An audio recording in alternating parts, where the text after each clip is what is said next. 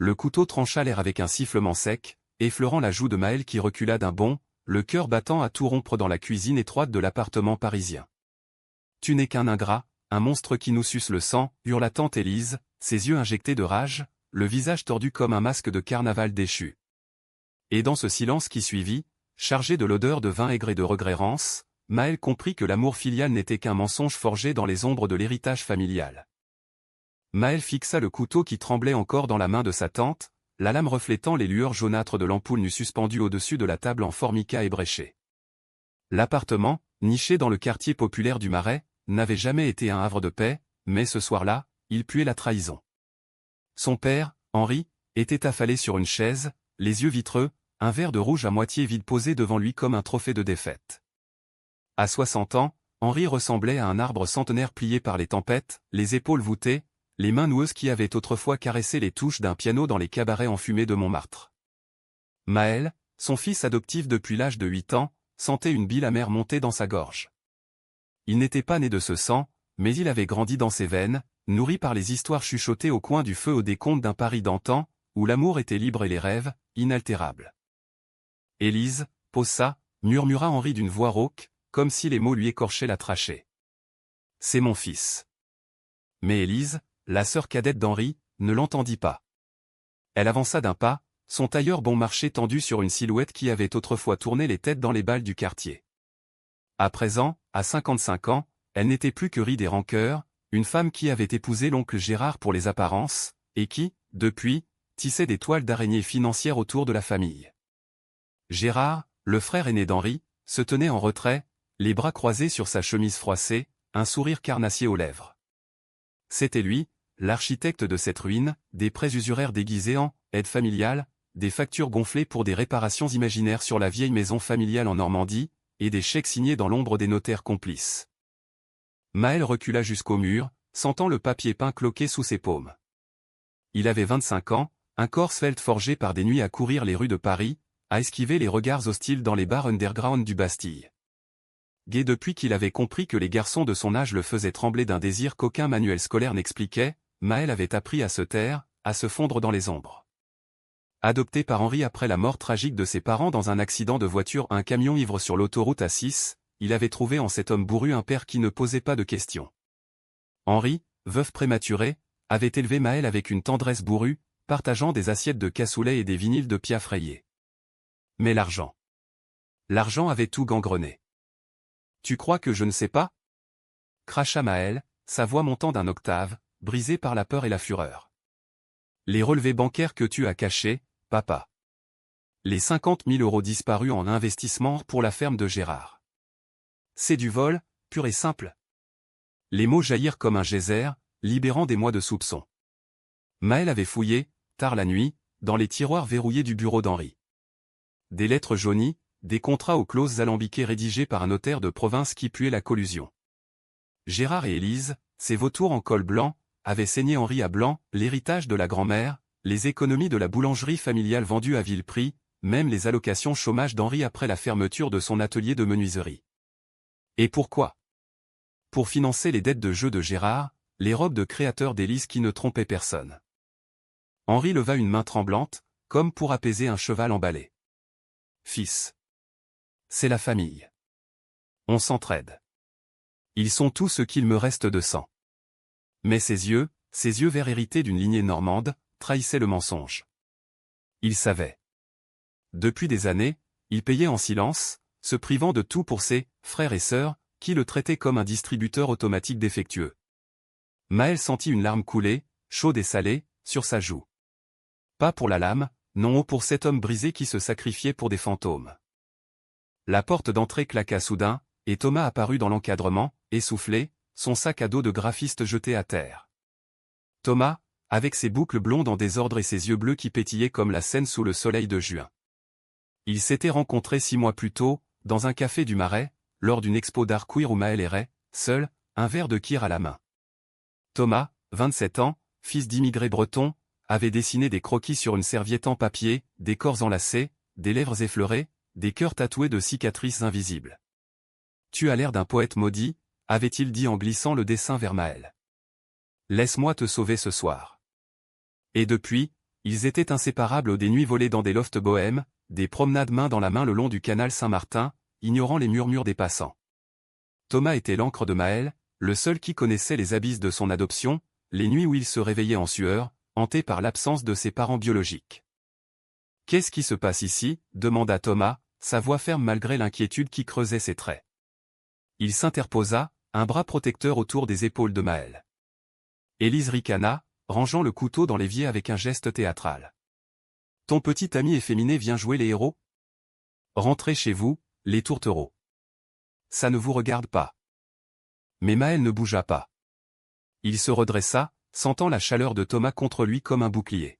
« Si, ça nous regarde. Parce que sans papa, je ne suis rien. Et vous ? Vous n'êtes que des parasites. » Les mots planaient dans l'air, lourds comme un verdict. Gérard s'avança enfin, son ventre proéminent tendant les boutons de sa chemise. « Attention, neveu. La famille, c'est sacré en France. Tu veux un scandale ? On peut en faire un. » Sa voix était mielleuse, empoisonnée de menaces voilées ou des allusions à l'orientation de Maëlle, au ragot qui pourrait ruiner la réputation d'Henri dans leur petit cercle normand. La nuit s'étira en un silence oppressant. Thomas traîna Maëlle dehors, dans la fraîcheur automnale du marais, où les feuilles mortes craquaient sous leurs pas. Ils marchèrent jusqu'au pont des Arts, ce pont maudit des cadenas d'amour brisés. Là, sous les lumières tamisées des lampadaires, Maëlle s'effondra contre la rambarde, les sanglots secouant son corps frêle. Ils le tuent, Thomas. Lentement, avec leurs factures et leurs mensonges. Et lui, il les laisse faire parce qu'il croit que c'est de l'amour. Thomas l'enlaça, ses lèvres effleurant le front de Maëlle. Alors on va les arrêter. Ensemble. Tu n'es pas seul, mon amour. Les jours suivants furent un tourbillon de fureur contenue. Maëlle, employée de librairie dans une petite boutique de la rue de Birague, passait ses pauses à éplucher des livres de droit sur les successions et les fraudes familiales. Thomas, freelance en design graphique, utilisait ses connexions dans le milieu artistique pour contacter un avocat pro bono, un ancien militant LGBT qui avait défendu des causes queer dans les tribunaux de Lille. Henri, lui, se murait dans un silence buté, évitant les regards de son fils. Laisse couler, Maëlle. C'est la vie. Les oncles, les tantes. Ils ont leurs démons. Mais Maëlle ne pouvait pas. Chaque soir, quand Thomas rentrait avec un bouquet de fleurs sauvages cueillies au bord de la Marne, ils parlaient jusqu'à l'aube. Leurs corps s'entremêlaient sur le lit étroit de l'appartement de Thomas, dans le Belleville cosmopolite, où les graffitis sur les murs chantaient la révolte. Les caresses de Thomas étaient tendres, exploratrices des doigts traçant les courbes des hanches de Maëlle, des lèvres murmurant des promesses en breton ancien. « Tu es mon feu, Maëlle. Ne te laisse pas éteindre. » Et dans ces moments, Maëlle se sentait vivant, aimé au-delà des chaînes familiales. Pourtant, une ombre planait, la peur que cette rébellion ne brise tout, y compris le fragile équilibre de leur amour naissant. Un après-midi pluvieux, alors que Maëlle triait des factures dans le bureau d'Henri, il trouva la lettre. Une missive manuscrite d'Élise, datée d'1 mois, « Frère, si tu ne signes pas le transfert pour la dette de Gérard, on révèle tout sur ton office. Les voisins sauront ce qu'il est vraiment. » Un garçon ramassé dans la rue, pas du vrai sang. Le papier trembla dans les mains de Maëlle. Révélation. Chantage. La trahison n'était pas seulement financière, elle était viscérale, une lame empoisonnée dans le cœur de la famille. Il rangea la lettre dans sa poche, le sang cognant à ses tempes. Il fallait agir. Mais comment affronter des monstres qui portaient le masque de la parenté ? Le dîner familial fut un piège tendu. Gérard et Élise arrivèrent les bras chargés de fromage et de vin, comme si rien n'avait changé. La table basse du salon, encombrée de reliques photos jaunies d'un mariage normand, un crucifix en bois sculpté par Henri, devint un champ de bataille. Maëlle attendit que les verres tintent, que les rires forcés emplissent l'air. Puis, il posa la lettre au centre, ouverte comme une plaie. « Expliquez-moi ça. » Le silence tomba, plus lourd qu'une enclume. Élise blêmit, Gérard toussa dans son poing. Henri, les yeux écarquillés, murmura « Maëlle. » Non. Mais il était trop tard. La rébellion avait commencé, un feu couvant sous la cendre parisienne. Les jours qui suivirent la confrontation furent un kaléidoscope de tensions, où Paris, cette ville des amours impossibles, semblait conspirer contre eux.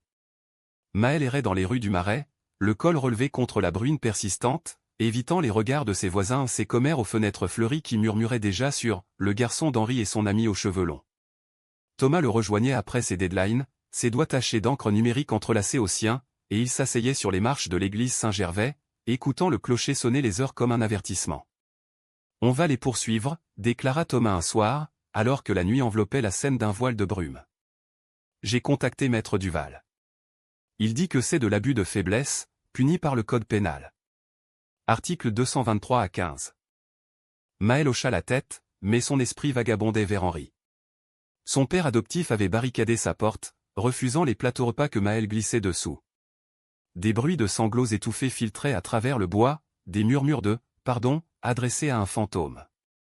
Maël se rappelait leur première rencontre, lui, un enfant aux genoux écorchés, assis sur un banc de la préfecture, serrant un ours en peluche usé. Henri, avec sa barbe poivre et sel et son sourire timide, s'était penché « Veux-tu une glace au chocolat ?» Paris en regorge. C'était l'amour pur, sans condition. Comment pouvait-il laisser Gérard et Élise le piétiner ainsi? Les appels commencèrent le lendemain. Gérard, d'une voix sirupeuse depuis son bureau à Rouen, « Neveu, c'est un malentendu. Ton père nous doit de l'argent pour la maison familiale. On règle ça entre nous, hein? Pas besoin de tribunaux. » Puis Élise, larmoyante au téléphone, « Maël, chérie, pense à ton père. Un scandale le briserait. Et toi? Avec ton mode de vie, les juges pourraient douter de ta moralité. » Les mots étaient des flèches empoisonnées, visant la faille la plus profonde, l'homosexualité de Maël, ce secret qu'il chérissait et qu'il haïssait à parts égales. Dans une France où le mariage pour tous avait ouvert les portes en 2013, les préjugés persistaient comme des graffitis indélébiles sur les murs de la Sorbonne.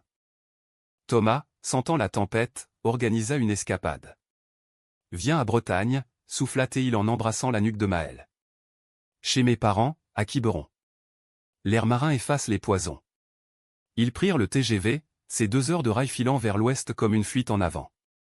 Dans le wagon-restaurant, entouré de familles bruyantes et de touristes anglais, ils se tinrent la main sous la table, un geste banal qui faisait battre le cœur de Maël comme un tambour de carnaval. Thomas raconta son enfance, un père pêcheur aux mains calleuses, une mère qui tricotait des pulls en laine de mouton pour vendre sur les marchés. « Ils m'ont accepté quand je leur ai dit pour les garçons. Pas de drame, juste un fais attention à ton cœur, fiston. » Maël envia cette normalité, ce filet de sécurité tissé de câlins et de crêpes au sarrasin. À Quiberon, le vent salé fouettait les dunes, et pour la première fois depuis des semaines, Maël rit un rire franc, libéré, quand Thomas le traîna dans les vagues froides de l'Atlantique. Nus sous la lune, leurs corps enlacés dans le sable humide, ils firent l'amour avec une urgence douce, les vagues léchant leur peau comme des langues complices. « Je t'aime », murmura Thomas, ses lèvres contre l'oreille de Maël. « Pas malgré tes cicatrices, mais avec. » Ces mots étaient un baume, un rempart contre la tourmente. Pourtant, même là, le téléphone vibra, un SMS d'Henri. « Reviens. Il menace de me mettre à la rue. » Le retour à Paris fut un choc. L'appartement était sens dessus dessous au tiroir vidé, photos arrachées des murs. Henri était assis par terre, entouré de papiers froissés, le visage ravagé.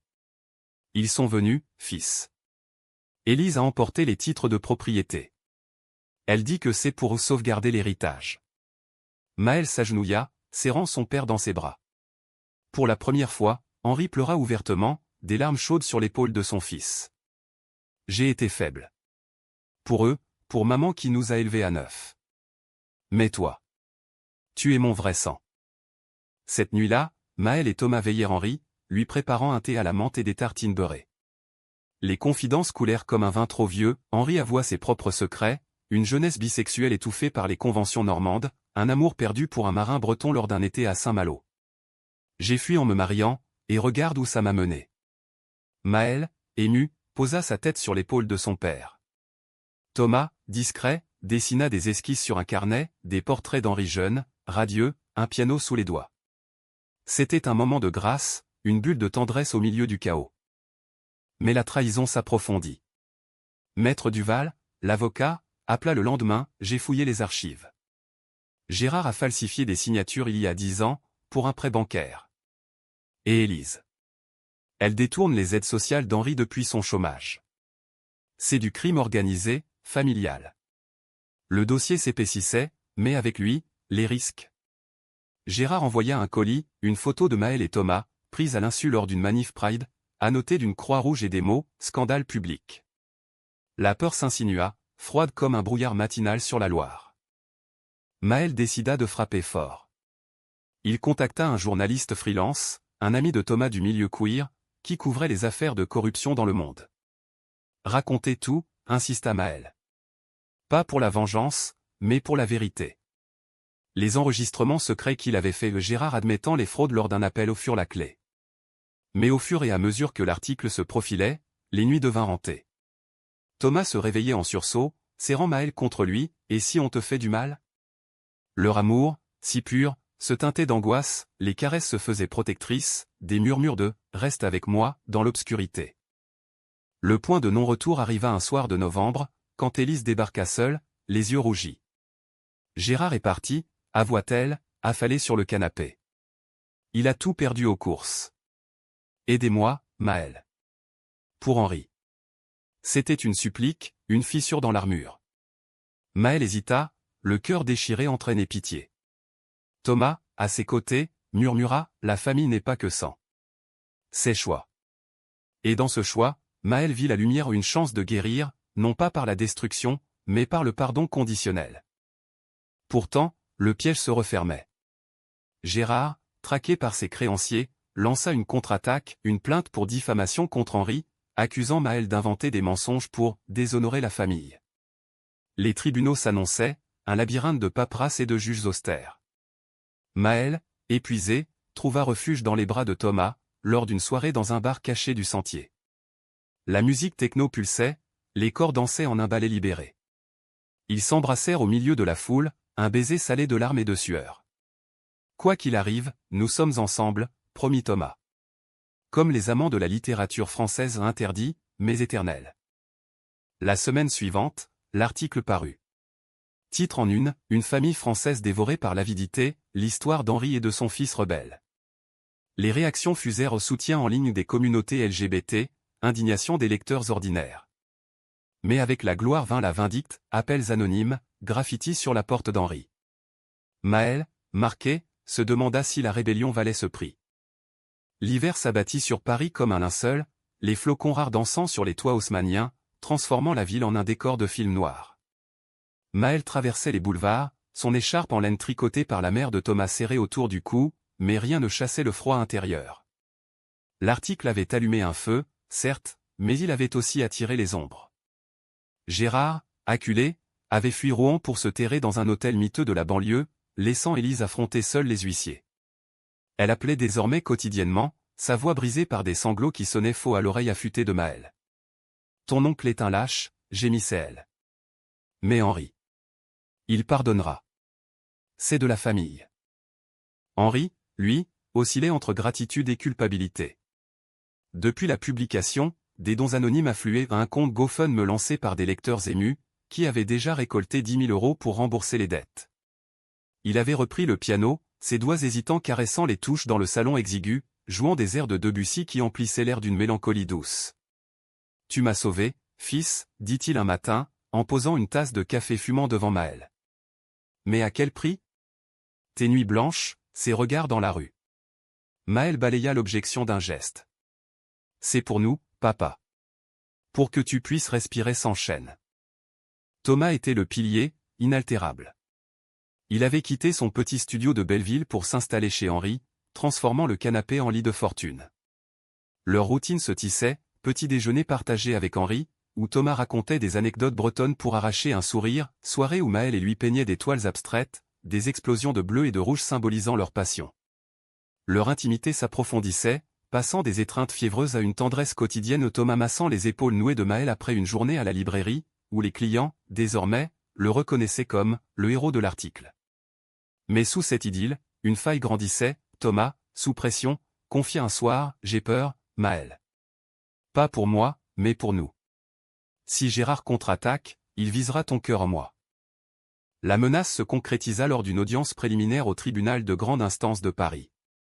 Maître Duval, un homme sec aux lunettes cerclées d'argent, présenta les preuves, enregistrement, faux contrat, relevé bancaire piraté par un expert comptable bénévole. Gérard apparut par visioconférence, son visage bouffi encadré d'un fond flou d'autel. Mensonge. Hurla-t-il. Ce gamin adoptif veut juste l'héritage. Et avec son amant, il complote pour me ruiner. Le juge, une femme aux cheveux grisonnants, fronça les sourcils, mais Duval contre-attaqua avec calme. Monsieur le juge, c'est un cas classique d'exploitation familiale, aggravé par du chantage homophobe. L'article 225-1 du Code pénal s'applique. Maël, assis au fond de la salle au lambris sombre, serra la main de Thomas jusqu'à ce que les jointures blanchissent. Henri, à leur côté, tremblait légèrement. Élise, présente en personne, évitait le regard, son tailleur défraîchi témoignant de sa chute. À la sortie, sous la pluie fine qui ruisselait sur les marches du palais de justice, Gérard envoya un émissaire, un cousin éloigné, un brute au crâne rasé, qui murmura à l'oreille de Maël, « Laisse tomber, ou ton père finit à la rue. » Et ton petit copain. Un accident arrive vite à Paris. La peur s'installa, rampante. Ce soir-là, dans l'appartement, Thomas et Maël firent l'amour avec une urgence désespérée, leur corps se heurtant comme pour conjurer le sort. Les gémissements étouffés, les ongles griffant la peau, les murmures de « Je te protège », c'était une déclaration de guerre à l'adversité. Mais au matin, un colis arriva, des photos volées de Thomas, seul dans la rue, avec une note, prochain arrêt, hôpital. Thomas blêmit, mais Maël explosa, on ne fuit pas. On riposte. La contre-attaque fut ourdie dans l'ombre des cafés intellectuels de Saint-Germain. Avec l'aide du journaliste, ils publièrent une suite à l'article, témoignage d'autres victimes des arnaques de Gérard, une chaîne de fraude remontant à 20 ans. Les réseaux sociaux s'enflammèrent # famille toxique et amour vrai, des influenceurs queer relayant l'histoire. Henri, encouragé, témoigna pour la première fois publiquement, dans une interview radio sur France Inter, « Mon fils m'a appris que l'amour n'est pas sang, mais choix. J'ai choisi la honte trop longtemps. Plus maintenant. » Pourtant, le climax familial éclata lors d'un dîner forcé en Normandie, dans la maison ancestrale au volet clos. Gérard avait insisté, via un avocat, une réconciliation, où la plainte s'alourdit. Ils y allèrent, Maël, Thomas et Henri, en train de nuit, le paysage défilant comme un film muet de trahison. La ferme, perchée sur les falaises de la Manche, puait l'humidité et les regrets. Élise les accueillit, pâle, avec un repas froid, pot-au-feu réchauffé, pain rassis. Gérard trônait au bout de la table, une bouteille de Calvados à portée de main. « Asseyez-vous, ricana-t-il. Discutons comme des civilisés. » Mais les mots virèrent vite à l'aigre. « Tu n'es rien, Maël. Un bâtard ramassé par pitié. Et ce Thomas, un déviant qui te corrompt. » Henri se leva d'un bond, renversant son verre. « Assez. Tu as volé ma vie, Gérard. Pour tes vices, tes dettes. Maël est plus homme que toi. » La dispute enfla, des hurlements traversant les murs de pierre. Thomas protégea Maël d'un bras, tandis qu'Élise pleurait en silence. Puis, le geste fatal, Gérard balaya la table d'un revers de main, assiette volant, éclat de porcelaine sur le sol. Maël bondit, plaquant son oncle contre le mur, les veines saillant au cou. « Touche-les encore, et je te jure, tu finis en tôle. » Thomas le tira en arrière, le cœur battant. C'était le pic de la fureur, un volcan en éruption. Gérard, rougeaud, cracha, partait. « Mais sachez que je ne lâche pas. » Le retour à Paris fut un exil. Dans le train brinque-ballant, Henri serra Maël contre lui. « Tu es courageux, fils. Plus que moi. » Thomas, les yeux brillants, ajouta, « Et nous, on est plus forts ensemble. » Mais la nuit, seul dans son lit, Maël doutait. La rébellion avait libéré des démons, pouvait-elle les vaincre? Les semaines suivantes furent un siège.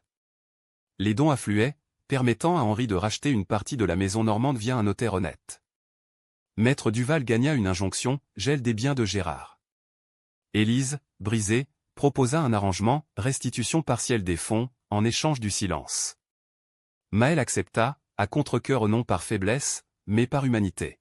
« Pour que tu dormes la nuit, dit-il à Thomas. La vengeance n'est pas amour. » Leur relation, elle, fleurissait dans l'adversité. Une escapade à Versailles, où ils erraient dans les jardins enneigés, main dans la main, ignorant les regards des touristes. Thomas offrit à Maël un collier en argent, gravé d'un, toujours, en celtique. « Pour te rappeler que l'amour est une révolte douce. » Ils firent l'amour dans une chambre d'auberge, sous les combles craquants, leur souffle se mêlant au vent d'hiver. C'était romantique, viscéral au décor qui se racontait des histoires sans mots. Mais Gérard n'abandonnait pas. Une lettre anonyme arriva, la famille paie ses dettes. Prépare-toi. La peur revint, plus aiguisée. Le printemps hésitant pointa son nez à Paris, les cerisiers du Luxembourg saignant des pétales roses sur les allées gravillonnées, mais pour Maël, la saison n'apportait que des mirages de paix. Les audiences s'enchaînaient au tribunal, un balai de robes noires et de dossiers empilés, où maître Duval disséquait les fraudes avec la précision d'un chirurgien. Gérard, extradé de son trou à Dieppe, comparaissait menotté, son arrogance fanée en un rictus de pris au piège. Élise, témoin clé, craqua sous le feu des questions. « Oui, j'ai signé les faux. Pour Gérard. Pour nous sauver. » Ses aveux, enregistrés, scellèrent le sort aux peines probables, 5 ans avec sursis, restitution intégrale. Henri, libéré des dettes, reprit vie. Il s'inscrivit à un atelier de menuiserie thérapeutique, taillant des meubles pour des associations LGBT, un hommage muet à Maël. « Regarde ça, fils, dit-il un soir, brandissant une étagère ciselée d'un arc-en-ciel discret. Pour tes livres. » Maël, ému, l'embrassa sur la tempe, un geste filial qui valait tous les « je t'aime » du monde. Thomas, intégré à cette nouvelle famille, cuisinait des galettes bretonnes, transformant l'appartement en havre de rire et d'odeurs sucrées. Leur amour, lui, atteignait des sommets d'intimité. Lors d'une expo au centre Pompidou, entouré de toiles abstraites de Rothko aux ces rectangles de couleurs qui hurlaient le silence, Thomas se mit à genoux. Pas pour une bague tapa accent grave-l'œil, mais pour un dessin roulé, un portrait de deux, enlacé sous la tour Eiffel, avec une légende, « Épouse-moi dans l'âme, Maël. » Le reste suivra. Les larmes coulèrent, et dans un coin discret du musée, ils s'embrassèrent, indifférents au flash des smartphones. C'était romantique, pur un engagement forgé dans le feu de la crise. Pourtant, la trahison couvait encore. Gérard, en cellule provisoire à Fresnes, ourdit un plan vengeur. Via un co-détenu, il fit passer un message à Élise, dit à Henri que j'ai des preuves sur son passé. Le marin, les nuits à Saint-Malo. Ça ruinera tout. Élise, rongée par la culpabilité, confronta Henri seul, dans un café du Marais. Il ment, balbutia-t-elle. Mais si c'est vrai. Pardonne-moi. J'ai tout gâché. Henri, pâle, avoua à Maël cette nuit-là, c'est vrai, fils. J'ai aimé un homme avant ta mère. Et Gérard l'a su, l'a utilisé pour me tordre le bras. La révélation frappa Maël comme un coup de poing. Pas de choc homophobe, au contraire, une connexion profonde avec son père. Mais la manipulation. Elle ravivait la plaie. Pourquoi n'as-tu rien dit, murmura-t-il, la voix brisée. Henri baissa les yeux, peur du jugement. De te perdre. Thomas, présent, enlaça les deux hommes. Le passé est un fantôme. Laissez-le partir. Le climax surgit lors du verdict final, une matinée ensoleillée de mai au palais de justice. La salle était bondée aux journalistes, soutien queer brandissant des drapeaux arc-en-ciel, même la mère de Thomas venue de Quiberon. Gérard, défait, écopa de 3 ans ferme pour escroquerie aggravée. Élise, 2 ans avec sursis et travaux d'intérêt général. À la barre, elle s'effondra, « Pardon, Henri. Pardon, Maël. J'étais faible. » Gérard, muet, fusilla Maël du regard un dernier venin. Dehors, sous un ciel bleu insolent, la famille recomposait ses trénies. Mais la joie fut de courte durée. Le soir même, un appel, Gérard s'était suicidé en cellule, une corde nouée à la grille, laissant une note, « La famille m'a tué. » Élise, effondrée, tenta de se raccrocher à Henri, mais il refusa, trop tard, sœur. Guéris seule. La mort de Gérard inonda les médias, un épilogue tragique à l'affaire, avec des débats sur la pression familiale en France. Maël, hanté, erra seul le long de la Seine, jetant des cailloux dans l'eau noire. Thomas le trouva là, assis sur un banc, les yeux rougis. C'est fini, mon amour. Tu as gagné. Ils marchèrent jusqu'à l'île de la Cité, où Notre-Dame, encore en travaux, se dressait comme un phénix blessé. Là, sous les arches gothiques, Maël murmura, pas gagné. Juste. Humain. L'été apporta la guérison. Henri organisa un voyage en Bretagne, invitant Élise non pour pardonner pleinement, mais pour clore le chapitre. Sur les plages de Quiberon, ils parlèrent des heures, le vent emportant les mots comme des feuilles mortes. Élise avoua ses propres peines, un mariage sans amour, une vie volée à ses rêves de danseuse. J'ai trahi pour survivre, dit-elle. Mais toi, Maël, tu m'as montré la force. Un Hugues maladroit scella une trêve fragile. Maël et Thomas, eux, célébrèrent leur union lors d'une petite cérémonie civile au 14 juillet, entourés d'amis du Marais et de la famille bretonne. Pas de faste, juste des vœux échangés sous les feux d'artifice, pour le meilleur et le pire, murmurés avec des larmes de joie. Leur nuit de noces, dans une chambre d'hôtel surplombant la tour Eiffel scintillante, fut un feu d'artifice intime, corps entrelacés, rires étouffés, promesses gravées dans la peau. Pourtant, des ombres persistaient. Henri confia un jour à Maël une boîte, lettre du marin, photo jaunie d'un amour interdit. Garde-les. Pour te rappeler que l'amour gai n'est pas nouveau. C'est éternel. Maël, touché, rangea le trésor, un pont entre générations. La rébellion de Maël avait transformé la famille non en ruine, mais en mosaïque réparée. Élise, en thérapie, envoyait des cartes postales de sa retraite forcée en Provence. Henri florissait, donnant des cours de piano à des jeunes queers. Et Maël, avec Thomas à ses côtés, ouvrait une petite galerie d'art dans le Marais, exposant des œuvres sur l'amour familial recomposé. Un soir d'automne, assis sur le balcon de leur nouvel appartement à 2 pièces avec vue sur les toits de zinc, Maël leva son verre de cidre. « À nous, dit-il. Aux rebelles du cœur. » Thomas sourit, l'embrassant doucement. À l'infini. Les saisons tournèrent, et Paris, cette éternelle inconstante, revêtit ses couleurs d'automne roux et or, les feuilles du jardin des Tuileries valsant dans un ballet mélancolique.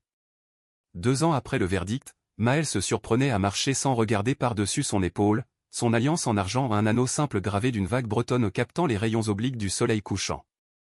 La galerie, baptisée « Ombre et Lumière », prospérait, et exposition sur les identités queer, atelier pour familles recomposées, où Henri animait des sessions de narration, sa voix rocailleuse des contes de résilience. Thomas, à ses côtés, gérait les visuels, ses designs fusionnant l'art digital et les traditions celtiques en un hymne visuel à l'amour durable. Leur vie quotidienne était un poème en prose, matin paresseux où Thomas préparait des croissants tièdes, infusés d'un café corsé, après-midi à flâner dans les marchés aux puces de Saint-Ouen, chinant des vinyles pour la collection d'Henri, nuit où leur corps, familier et toujours désiré, se racontaient les fatigues du jour en caresses langoureuses. Maël avait appris à naviguer ses doutes ces nuits où le fantôme de Gérard revenait, un murmure accusateur dans le vent. Thomas, intuitif, dissipait les ombres d'un baiser, d'une blague en breton qui faisait éclater Maël en rire libérateur. Henri, lui, avait renaissé. À 62 ans, il sortait avec une veuve du quartier, une ancienne prof de littérature aux yeux pétillants, qui l'emmenait à l'Opéra Garnier pour des soirées de Verdi. « Elle me fait danser, fils », confiait-il avec un clin d'œil. Et pas que sur la piste.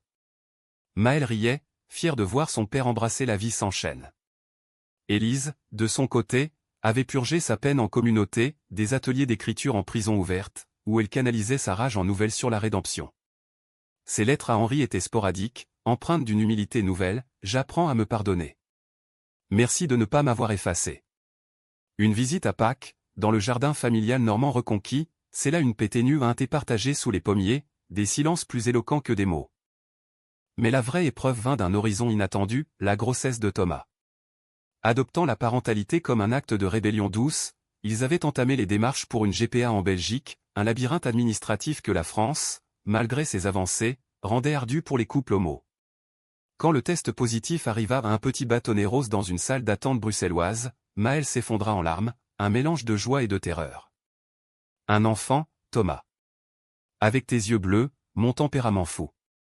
Thomas, rayonnant, l'embrassa, notre famille, forgée dans le feu. La nouvelle propagea des ondes de bonheur. Henri, ému aux larmes, offrit une berceuse qu'il composa au piano, une mélodie douce, ondulante comme la Manche.